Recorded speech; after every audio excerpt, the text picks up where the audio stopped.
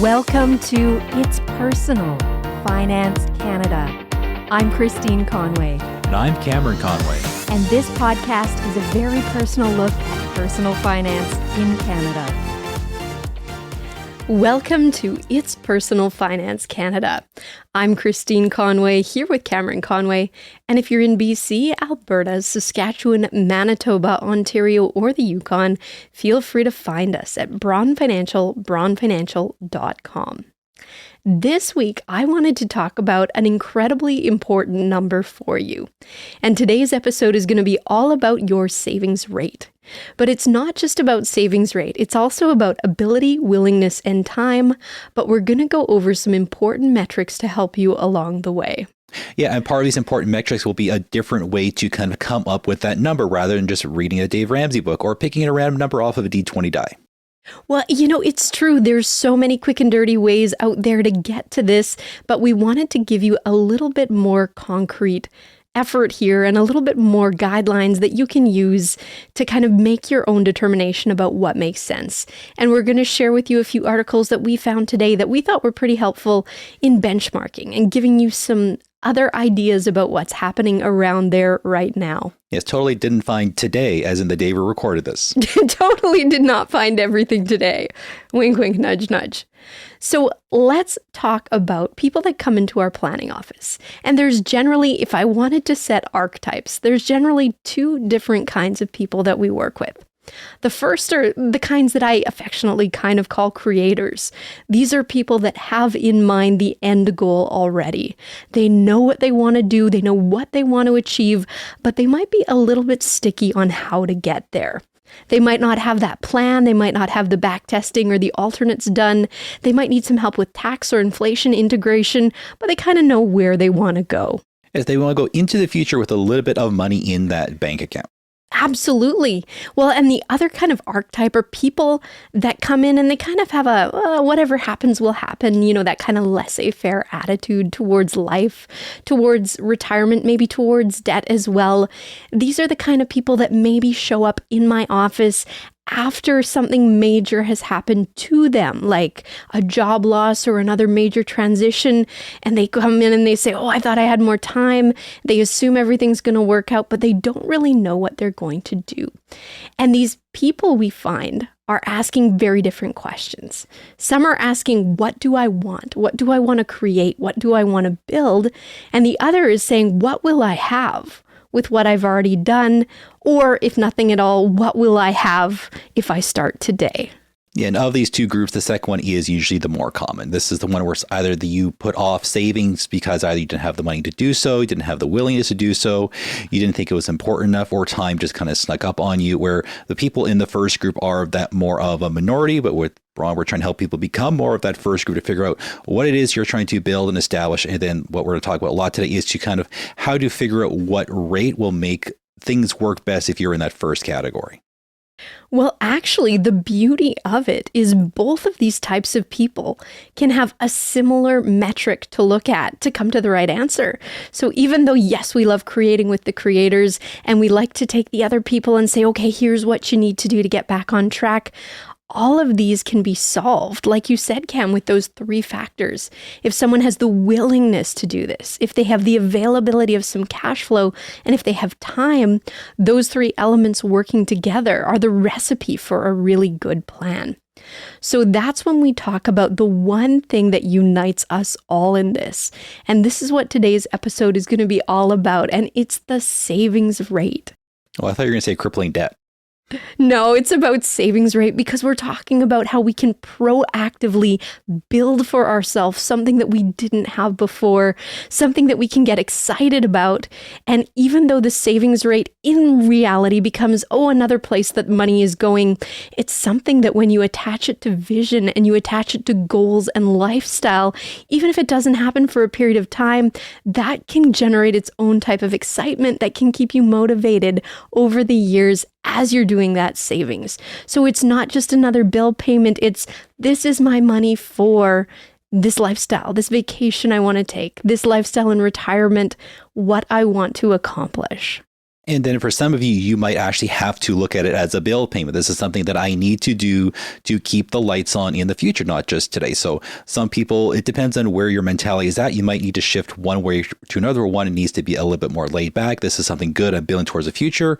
Or some people, this is just an uncomfortable thing you have to pay every single month, like your lights and gas and hydro and your car and food and everything else. It is saving so you can pay those same bills years from now when you don't want to work anymore. See, two different types just between Cam and I today. Someone wanting to create and someone wanting to be very practical and pragmatic about it. Neither approach is wrong. We're just trying to make sure that whatever works for you and your mentality is the approach that we'll take to make it happen. Now, this conversation about savings rate, in my mind, goes hand in hand with a conversation about expenses. Going into retirement with the lowest expenses possible. We're not going to beat this one to death today because we've talked about it at length in other episodes, but I will say that when you focus on savings rate, when you start paying yourself like a bill or you start working towards your creation, this is when you're elevating yourself in the sense that you're already attributing a big percentage of your income to something else. Hence, you learn to live on less. So this helps you going into retirement because now you're not shooting for 100% of your take-home pay plus. You're already used to that built-in reduction. Well, not only that, but anytime you read an article or like some sort of academic journal or even just some personal finance guru, they're always kind of in the back of their head thinking just to themselves that you are spending 70% of what you did before retirement because they're assuming your mortgages are paid off. So you're not spending the same now. So this is where the numbers kind of get blurred a little bit because a lot of these numbers assume it's like at least 70% of current income and there's a lot less debt to deal with in retirement. Well, and let's face it, that's just not the reality for so much of us anymore.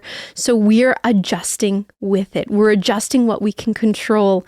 And like we'll go into in a few moments, what you can control, grabbing those things, taking them by the horns, that is the most power you will have in all of this. That's where your power lies. And I'll show you all of that in just a minute. But let's define, what are we talking about? What is your savings rate? So let's put a metric around that right now. Simply put, your savings rate is the percentage of your income that you're putting towards your savings. A lot of people will look at this and they'll take their gross income and they'll just kind of divide out the amount that they're saving and say, okay, good enough, that's my percentage. I think that it's really important to take into account your taxes as well, because as we increase our income levels, our taxes go up as well. So we have to factor that in. So you can have different savings rates. You can have one for long-term goals, midterm goals, short-term goals. You can have one for retirement, but all of those things together, basically anything that you're doing today to help for tomorrow, added together as a dollar amount, can be calculated as your savings rate. Yeah, and some of the benefits we have here in Canada with like RRSPs, you can actually use these savings to kind of lower your year-end taxes. So if you take advantage of your RRSPs, you can knock that down a little bit, or you can play the TFSA game and get some like tax-free growth out of it. But these are a lot of incentives to kind of make sure you are actually putting that money aside for later. Absolutely. No one wants to see more than has to going towards the government, going towards the CRA at the end of the year, right? So as our income increases, as our ability to take on some of these strategies increases, a lot of people do find ways to do that to lower those tax bills. So let's start by looking at those three differentiating factors. The first is willingness. You have to want to do this. You have to want to do this enough that you're willing to put real hard money against it and forego experiences today. You also have to have availability of cash flow. So that means either taking a hard look at the budget, reducing expenses now, increasing income, any of these variable factors to create that cash flow that you can then apply to future savings. And of course, time plays a huge role. The age and the amount of money that you already have saved are key in determining your personal savings rate. We'll talk a little bit more about that soon, but like I said, where you are today at your personal starting line is going to be one of the more important factors on what you need to do next. Yeah, and I guess one quick little thing when you look at the time factor is that in the very beginning, time is your friend. And at the end, time is your mortal enemy because it means you have to sacrifice more later to have that nest egg ready to go. If you just hold off saving, or whether you want to or not, that is the double-edged side of time, where time equals compounding equals a better return and a better nest egg. But if you wait too long, then you have to overcompensate and oversave and really hamstring your budget to make things work afterwards. Well, and I think one of the biggest traps that people fall into is people think that retirement is the end. It's the goal. It's the place you're trying to get. Retirement is very much the beginning. And what I mean by that is you still have 30 plus years to manage these assets that you've accumulated. And it gets that much trickier once you have retired. So it's not, if you're just a couple years out from retirement, it's a different strategy than if you're in your 40s or if you're in your 20s and starting out. So age does matter significantly, as does what other people are doing for you. And that can be your group plan at work, a pension at work, or even government benefits. Any program that you're participating in, whether you're contributing personally or someone else is doing it for you, like an employer, those factor in as well. So if the money is being saved, you can discount that from your existing savings rate. Yeah, and another thing to think of is that a lot of these planning things and these things from gurus and experts, they also think of that, oh, you're going to start saving at like age 22 or as soon as you come out of school. So again, that plays into it. But another big thing to think of is what people assume to be what a realistic rate of return is. So some people will say, oh, I'm just going to assume that's going to be 8, 10, 12, 20% for the overly ambitious people. And as long as I maintain those rates of return, I can save a little less today. But realistically, the number averaged out is going to be a lot lower. Well, there might be a little bit of an optimism bias here where we all think only the good things are going to happen to us and all of the bad stuff happens to someone else, right? Not really forming reality. The reality that the markets go up and down, even different asset classes go up and down. Even if you diversify, things will not always go in a straight line. So this is actually a huge pitfall where people will do it themselves and they will plan by picking a rate of return. So maybe they'll say, I can do an 8% rate of return based on historical performance of the stock market, or 12%, or whatever their number might be based on their confidence level to pick their own assets accurately and successfully, but then they assume that they're going to get that rate of return every single year until the day they die. And that is just not how markets work. That's not how any different asset type category works either. Yes, because then suddenly inflation happens, or suddenly tariffs happen, or suddenly a world leader tells the CEO of a major company to step down or else. So there's all kinds of chaos that can throw things out of a loop. So people who jump to the 8, 10, 12% bandwagon, the reality doesn't work properly anymore. So this is like, even with us, we tend to do a bit more conservative, like 4, 5, 6%. And if you get a higher rate of return, great. And if it's a bad year, well, that's usually a good time to actually buy a little bit.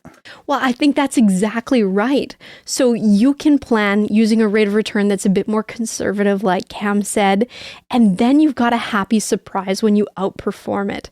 But really, life is the master at giving us the unexpected, what we didn't want, and you don't want to be in a position where you need to fall back into a backup plan or into a contingency plan or something like that.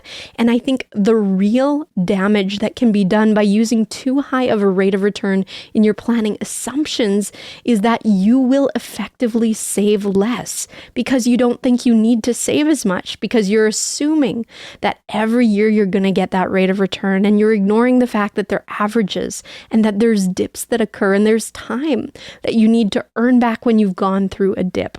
So all of that matters. Yeah, and people who overinflate their rates of return and it doesn't meet expectations, this is also where the temptation to take on even more riskier options comes in. And this is where, like, you flip a coin and either you do well or you're bankrupt. Oh, yeah. And you know what? We find that people's risk tolerance actually drops right before retirement. And I think that this is largely correlated to this idea that you just can't go out and make more money in the same way that you could when you were 20 or 30. You can't earn it back if you've had a loss. You don't want to go to an alternate employer if you've already quit to try and make a little bit of money to keep paying your bills. Yes. And if their risk tolerance doesn't drop in retirement, we have a very long talk with them. No. Well, it depends on the asset level. It depends on the goals. It depends on so many things. But like I said, it's that careful balance of you need this money to last a long time.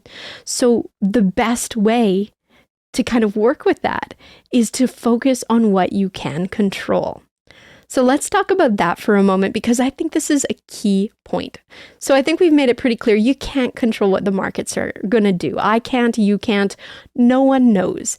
Every professional out there, we're making educated guesses based on the available information at the time, whether we're looking at a specific stock's data that they've put out or what the management has said about what their direction they're taking, whether we're looking at the overall economy or a sector. We are just making educated guesses based on the current data, and so is everyone else.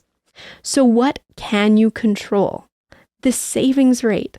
You can control how much you can save by managing your expenses and managing your income level. You can also control the type of asset and the risk level that you invest in.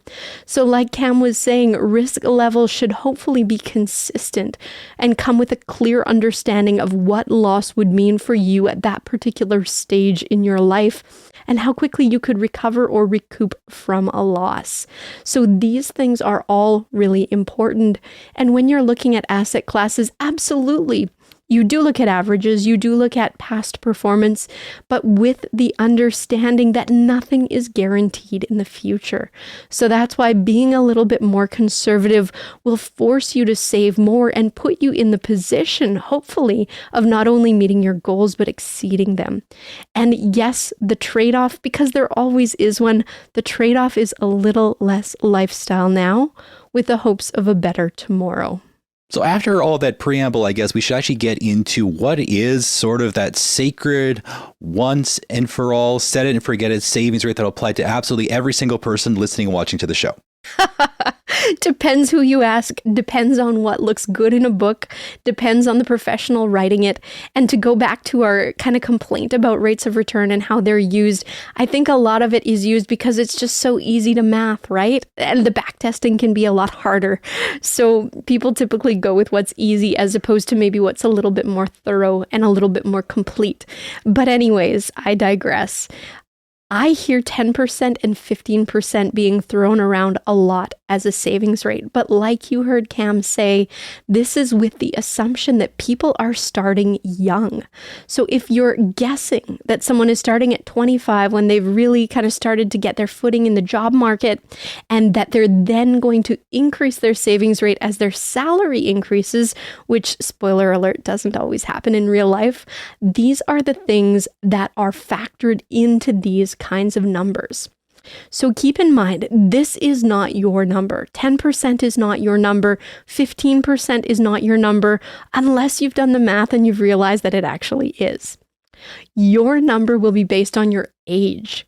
It'll be based on where you stand today with your current savings, and it'll be based on how much is going into any accounts that are being contributed on for you or by you. So group plans at work, pension plans, government benefits, all of that stuff. Any amount of savings for that particular goal. In this particular case, we're talking about retirement that's happening for you or by you or on your behalf. So the later you start, that higher that number will be. And the younger you start, the easier it will be to manage, the lower it can be, because you'll have more time to compound. And there's always caveats. Some people start young with the idea of retiring with a really short time horizon. Oh, I want to be done at 50. I want to be done at 45, 55. That'll vary, of course, as well. Yeah. And so one of the ways we found to kind of come up with your numbers, actually from an article we found, actually two articles we found from T. Rowe Price, where they try to break this down by kind of using a multiplier of your income and your age combined to give you what actually looks like a reasonable number to look at. Absolutely. And this is certainly not the only place. We've seen this in multiple places. We'll give you two different sources here on the show today, but there are many, many more out there. This is, like Cam said, kind of a quick and dirty. And this does not factor in other savings elsewhere, like the pension, like all that other stuff that you might have going in the background. So this is essentially saying if you are 35 today, you should have 1 to 1.5 times salary saved. If you're 45, 2.5 to 4 times salary. 55, 4.5 to 8 times. And 65, which is kind of really normal retirement age for a lot of people, 7.5 to 13.5 times salary saved today. Yeah, so if you're a 35, you take your average salary and you figure out how to get that amount through a percentage, and then you just kind of keep on running that percentage all the way up. So again, this is using your age and your salary as like a multiplier to figure out a percentage for you, or at least a target for you, because you might vary by month. But essentially the goal with this one is by the time you're 35, you should have 1 year's gross salary sitting in some sort of account. And then this goes up the multiples as you get older. So that becomes your target. So if you start saving at 25, 30, by 35, you should have 1 year of income banked, and then just continue on that percentage until retirement. Oh, that's right. And we threw in a second one as well. We found another source by Scotiabank who are also advocating a 15% savings rate. Their benchmarking looked a little bit like this: 1 time salary by 30, 3 times by 40, 6 times by 50, 8 times by 60, and 10 times by 67.